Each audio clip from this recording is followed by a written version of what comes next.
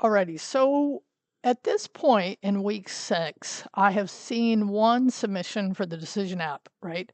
So I'm looking forward to seeing rest of those. As you saw, this was a different kind of week as far as the way it flowed. And just to let you know, in week 6, we're back to our kind of regular flow of content. And then in week 7, we're back to a step in the decision app. So in this sense, you can think about we're building this carbon footprint with all the nice bells and whistles and CSS and all that. It looks good. Then we're doing these code alongs these check points where first you get tested. How well did you, by the way, feedback on those AI checkpoints, highly valued because you are the customer in general to my course, but specifically because we created this product. A small team of us did, very small, basically 3 people created that thing. And now, I don't want to digress there, but the point is that we're building this carbon footprint. You're building a scaled down version at this point to build that t-shirt ordering app. And then I'm thinking actually when we're back to it in week 8, we actually might end up doing a debugging U code, because I'm going to talk a little bit about the importance of that today. But just to continue our browsing through here, right, then we end up updating the entries. So this week we learn, right, how to implement a table render. Okay, so in this sense, if I go, let me go look at my output from this week. Okay, so for week 6, okay, so when you're in this case submitting, and by the way, we learn form validation later.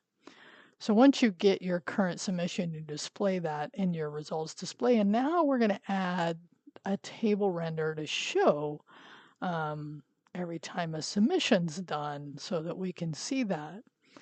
Okay, so this is a nice feature along the idea of a CRUD app: create, read, update, and delete. Okay, so back to here.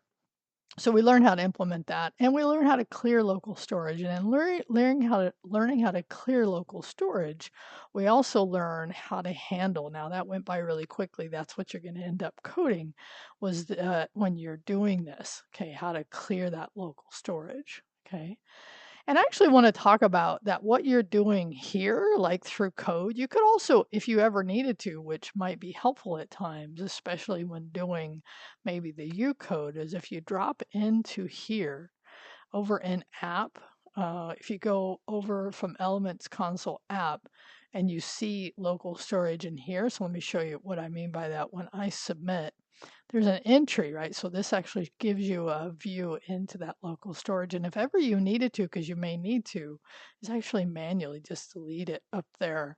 And then what happens is when I refresh, there's nothing, of course, for the table rendered to have. Okay. So just to kind of give you, here's where we're heading. Okay.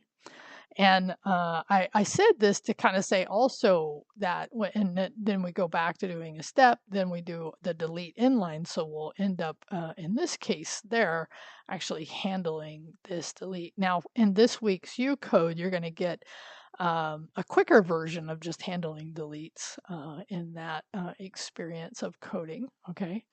So, but then what happens is we end up just adding features for a little bit. Okay, so, and in this case, we're just adding input. So really it makes you go back through that code again. And that's kind of what I was trying to start talking about today, which is a lot of what we're doing is hopefully revisiting code we've already written, because it takes sometimes multiple times to see it. And because we're building a larger version, when we're building the carbon footprint, you're building a smaller version when you're doing the U codes. Okay, so that pattern is really intended to expose you to this code more times, this code base. And you're getting that again when you're doing the decision app, because then you're taking the nice bells and whistles that you're going to build into your own decision app. So I'm just giving you kind of the lay of the land, but ultimately where we end up after week 9 is the window for the technical interview will open. And now I say that here because this is where when you're authentically doing this code, right, you'll come in for a code interview and now or a technical interview. And so this case, I will tell you, I do offer this particular class 2 versions of that. One is actually you have to code with, I give you here, code this, and you need to code it. The other one is walk me through and explain the code to me. Okay. Now that version is not as graded as high. At the max you could get for a you walk me through and explain the code is 75 points. You write code is 100 points for the technical interview. Okay. I just wanted to give you that here because in some cases last semester, students were a little relieved to know I gave an option. Okay. All right. So just look forward a little bit here. Now in week 6. Okay. And this is really kind of what I was actually think I might do for week 7 in the U code is this debugging. And this is where your dev tools is really helpful. As a matter of fact, a situation came up with a student in this class where, dev tools really, the more you know how to use dev tools, the better a programmer you are, the better coder you are, the better you're able to troubleshoot your own code. And I can just tell you that is a muscle. The more I do it, the better I learn. So it is just really, you can't really, and this is where AI can create code, but often, and I've heard this more than once, but it is also shifting quickly underneath this, right? Anthropic's going wild right now with all their AI gen opus craziness. Oh, it's all good. Yeah. Anyway, but debugging is a muscle. We all get to work on it, including me.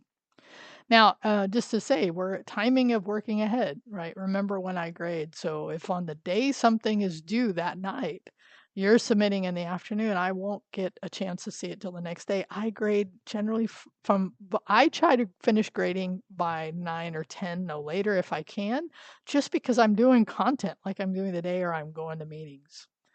Okay, so for week 6, there's your course topics. Now, what we're going to do is a code challenge for week 6 attendance. Okay, because what we need you to do is we got to get caught up. We got to do a couple things. For those of you, and I just have the instruction file here. For those of you, we're going to do persistent orders, but for those of you that didn't get the display results, you'll have to finish that.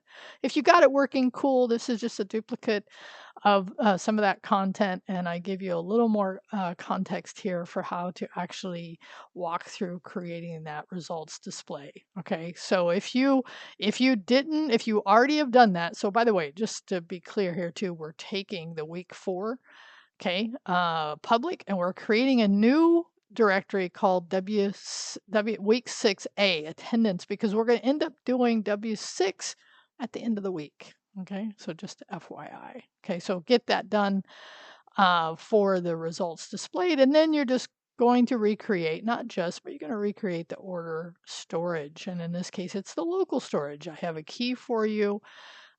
This should be how we handled it in the carbon footprint is a good pattern here for you to follow. I think this should be pretty handleable here. Again, reach out if you need it, but you'll set up that local key. I've given you the key, export the function, save orders, should accept the orders as a parameter, JSONify, stringify it, set the item. And actually, I say this is a bonus, but that try catch, really important in that case. Okay, export the function, load orders, get the item, convert it the other way back. Remember, we can only store in local storage strings, right? If nothing exists, then give us an empty array. And now load on startup. This is important, right? This is the idea of actually loading it back from local storage. Now in here, right, import it, and then update your init function to do it. And then there's your step 4. And then I just give you, right, save your data on submit. That's right, you got to save your data, which means you got to push that new order into that array. Okay, and then immediately after that, your save. Okay, now in this case, verify it works. So I'm going to show you mine. I have it up here.